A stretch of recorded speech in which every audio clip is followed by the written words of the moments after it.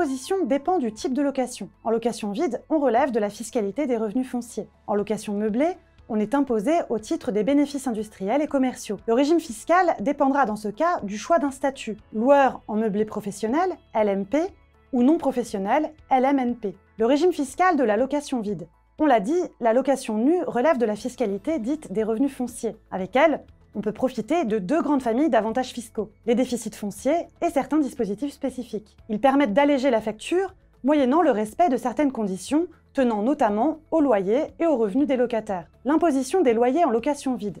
Les revenus fonciers n'entrent pas dans le cadre du prélèvement à la source. En fait, le fisc va calculer l'impôt sur ces mêmes revenus fonciers et il sera prélevé par acompte chaque mois ou chaque trimestre. Pour l'année en cours, disons l'année N, les acomptes payés de janvier à août sont déterminés en fonction de la déclaration de l'année précédente N-1, qui porte sur les revenus de l'année N-2. En septembre, à réception de l'avis d'imposition, le fisc recalculera le montant sur la base de la déclaration N qui concerne les revenus N-1. Exemple, pour 2023, les acomptes payés de janvier à août sont déterminés en fonction de la déclaration de l'année précédente 2022 qui porte sur les revenus 2021. En septembre, à réception de l'avis d'imposition, le fisc recalculera le montant sur la base de la déclaration 2023 qui concerne les revenus de 2022. Le régime microfoncier concerne les revenus locatifs inférieurs à 15 000 € hors charge par an. Un abattement forfaitaire de 30% est pratiqué par l'administration fiscale après déclaration des revenus. Le solde est additionné aux revenus sur la déclaration numéro 2042. Le montant de l'imposition dépendra de la tranche d'imposition. Le régime réel concerne les bailleurs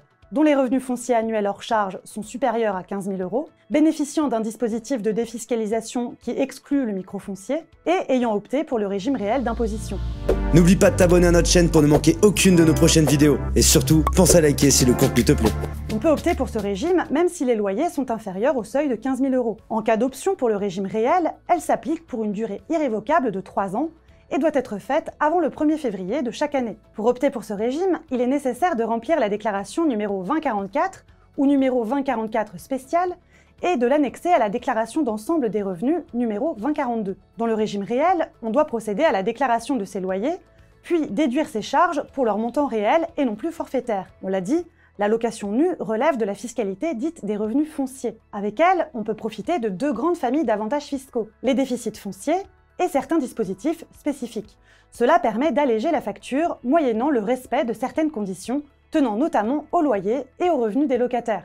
Les déductions possibles. Les propriétaires de logements donnés en location nue peuvent déduire des recettes encaissées les dépenses supportées au titre de la réalisation d'études ou de diagnostics préalables afférents au logement. Elles sont en effet considérées comme des dépenses d'entretien déductibles. Il s'agit des dépenses ayant pour objet de maintenir ou de remettre un immeuble en bon état et d'en permettre un usage normal. Sont ainsi concernées les dépenses de recherche et d'analyse de la nocivité de l'amiante, les dépenses de recherche et d'analyse rendues obligatoires par la réglementation, telles que les diagnostics relatifs au risque d'exposition au plomb ou à l'information des acquéreurs et locataires sur les risques naturels et technologiques majeurs, ainsi que les diagnostics de sécurité des installations intérieures de gaz, d'électricité et de performance énergétique. La déduction des charges n'est possible qu'à la condition d'être dans un régime foncier réel, et non pas microfoncier, puisque dans ce cas, les charges ne sont déductibles que par le biais d'un abattement forfaitaire de 30%. Le fait d'opter pour la déduction des frais pour leur montant réel, qui nécessite de rester dans ce régime dit réel pendant 3 ans, est donc une solution intéressante si les dépenses excèdent 30% de vos loyers. À ce titre, les dépenses d'entretien et de réparation, d'amélioration, certains impôts, les primes d'assurance et des rémunérations versées aux gestionnaires de votre logement sont déductibles. La prime d'assurance loyer impayé est déductible du revenu foncier sous condition. Les déficits fonciers en location vide. De nombreuses charges sont déductibles des loyers lorsqu'on les déclare au fisc. C'est notamment le cas des travaux et des intérêts de l'emprunt qui financent l'investissement locatif ou encore de la taxe foncière. Lorsque ces charges sont supérieures au loyer, le propriétaire connaît un déficit foncier qui vient s'imputer sur ses revenus globaux. Ces derniers baissant, les impôts diminuent automatiquement. Ce mécanisme des déficits fonciers permet d'optimiser sa fiscalité. Cela peut jouer en cas de rénovation thermique du logement mis en location, puisque le montant des travaux est déduit des loyers. Les dispositifs en défiscalisation. Il est également possible de profiter de dispositifs de défiscalisation comme Loc'Avantage, le dispositif Pinel et le de Normandie. Nous les avons étudiés en détail dans la vidéo précédente. Mais souvenez-vous qu'ils nécessitent le respect de plafonds de loyer et de ressources du locataire.